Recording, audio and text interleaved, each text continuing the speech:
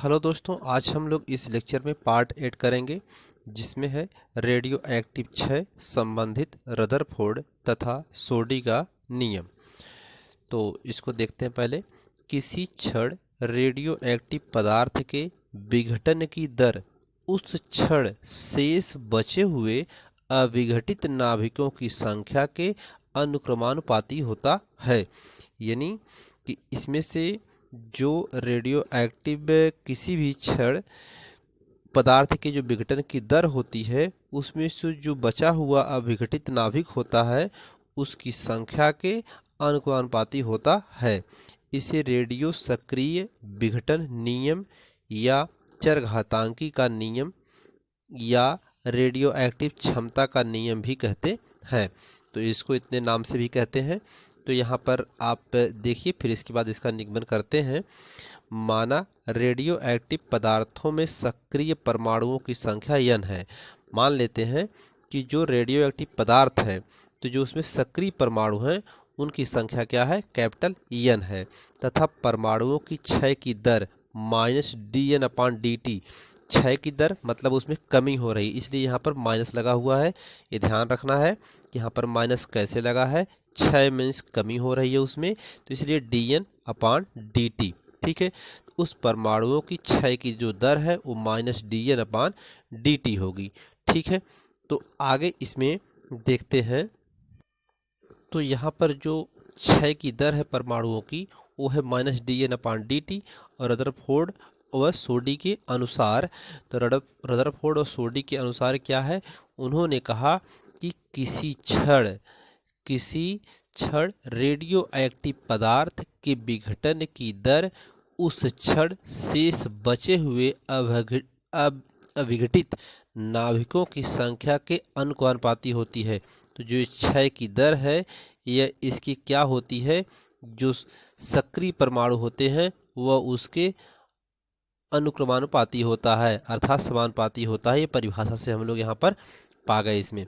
तो इसके बाद ये परिभाषा से है कि परिभाषा में क्या कहा गया, ये कि किसी क्षण, मान लीजिए किसी क्षण रेडियो एक्टिव पदार्थ के विघटन की दर, रेडियो एक्टिव पदार्थ के विघटन की दर, यहाँ पर जो रेडियो एक्टिव पदार्थ है उसके सक्रिय परमाणुओं की संख्या माना गया है क्या, कैपिटल N माना गया है। ठीक है, तो उसमें जो क्षय की दर हो रही है उसमें जो शेष बचे हुए अविघटित नाभिकों की संख्या के क्या होता है, अनुक्रमानुपाती होती है।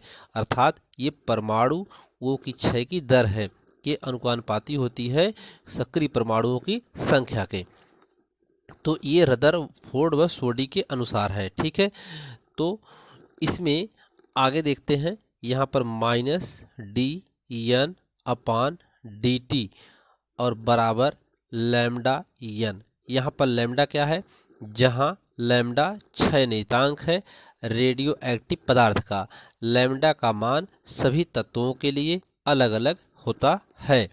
ठीक है, इसके बाद आगे है dn/dt, माइनस को यहाँ कर देते हैं तो लैम्डा n। ठीक है, ये हो जाएगा। इसके बाद dn बराबर माइनस लैम्डा, यहाँ पर इसको n को नीचे लेते हैं, यहाँ पर लेके चले आते हैं और dt को यहाँ पर कर देते हैं dt। ठीक है, अब यहाँ से हम लोग निश्चित समाकलन करेंगे। कौन सा समाकलन करेंगे, निश्चित समाकलन। समाकलन करने पर,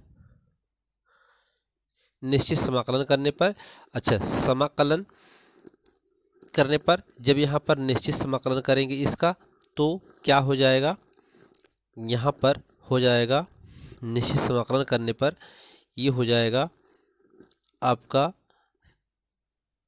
n0 dn/n बराबर माइनस, ये लैम्डा कांस्टेंट है इसको बाहर निकाल लेंगे, 0 to t dt।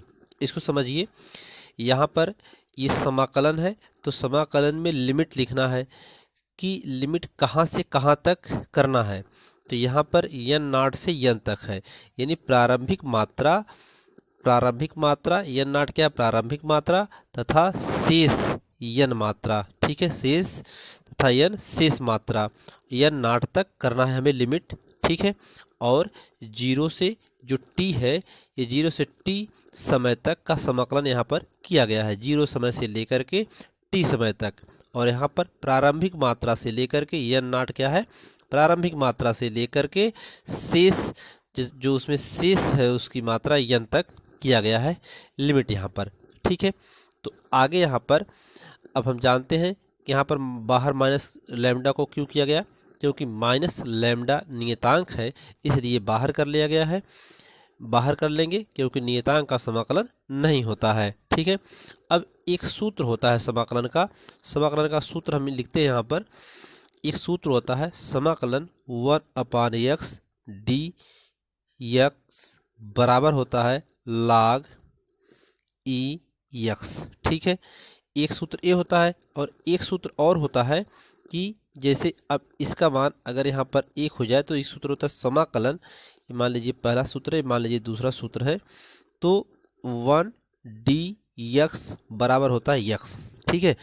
तो पहले सूत्र से, अब पहले सूत्र से जब हम इसका समाकलन करेंगे तो इस वाले सूत्र से हमें क्या मिलेगा, यहाँ पर जब इसका समाकलन किया जाएगा तो हमको मिलेगा, यहाँ पर पहले लिखते हैं समाकलन करते हैं log, यहाँ पर log e(n), log e(n) और n नाट से n तक अर्थात प्रारंभिक मात्रा से n तक जो शेष मात्रा है बराबर माइनस लैम्डा, और इसमें हो जाएगा t के सापेक्ष यहाँ पर समाकलन होगा तो 0 से t, ठीक है।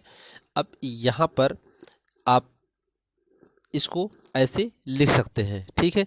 जब लिमिट लगाते हैं तो अपर लिमिट ऋणात्मक लोअर लिमिट लिखते हैं, ठीक है। और दूसरे सूत्र से यहाँ पर इसको इस तरीके से और इसको इस तरीके से यहाँ पर लिख सकते हैं, ठीक है। आगे है इसमें आप इसको ऐसे भी लिख सकते हैं, सूत्र है आगे, सूत्र देखते हैं पहले, सूत्र के पहले समझ लेते हैं। log e(m) minus log e(n) बराबर होता है log e(m) बटा n, यह सूत्र होता है, ठीक है। इस सूत्र से देख लेते हैं और एक सूत्र ये था आपका, ठीक है। इस सूत्र से देखते हैं आगे इसमें, तो यहाँ पर हो जाएगा क्या, इसको लिख सकते हैं आप यहाँ पर log e(n) अपान n नाट, क्योंकि जब इसको upper limit minus lower limit करेंगे, या तो एक लाइन और लिख देते हैं पहले इसको, यहाँ पर एक लाइन और लिखते हैं, पहले क्या लिखते हैं log e(n) minus upper limit minus lower limit log e(n) नाट, ठीक है। ये हो गया upper limit minus lower limit, यहाँ पर अगर इसको लिखोगे तो बराबर माइनस लैम्डा और अपर लिमिट t और माइनस 0 हो जाएगा, ठीक।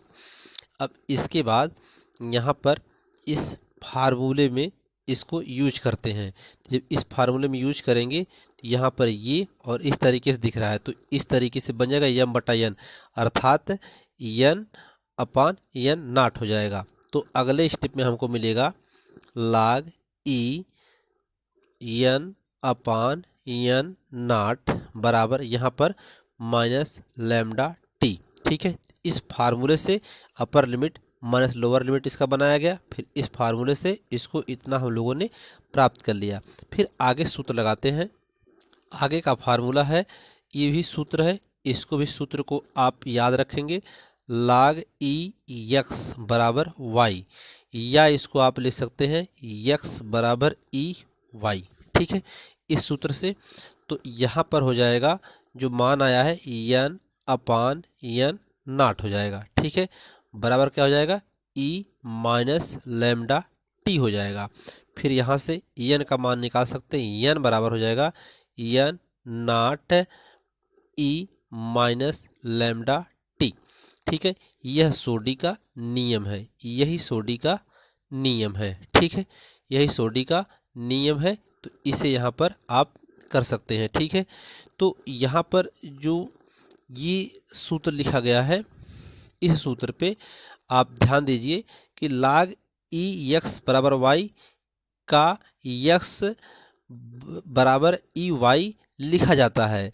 जो सूत्र है यह क्या है, एक फार्मूला है, यानी लाग को हटाने के लिए लाग को हटाने पर दूसरी संख्या घात ई का मान घात ई का बन जाता है, यानी अगर उसको हटाएंगे तो ई का घात बन जाता है दूसरी संख्या के लिए। ठीक है, आगे इसमें देखते हैं। यहाँ पर यन नाट और यन एक क्रमशः प्रारंभ से यानी t बराबर 0 क्षण पर तथा t समय पश्चात किसी रेडियो एक्टिव पदार्थ के परमाणुओं की संख्या होगी n और n नाट। ठीक है, इस समीकरण के आधार पर किसी रेडियो एक्टिव पदार्थ का क्षय चरघातांकी नियम के अनुसार होता है, अर्थात प्रारंभ में क्षय तेजी से होता है और फिर इसकी क्षय लगातार घटती जाती है। इससे स्पष्ट होता है कि रेडियो एक्टिव पदार्थ की पूर्णतः क्षय होने में अनंत समय लगता है।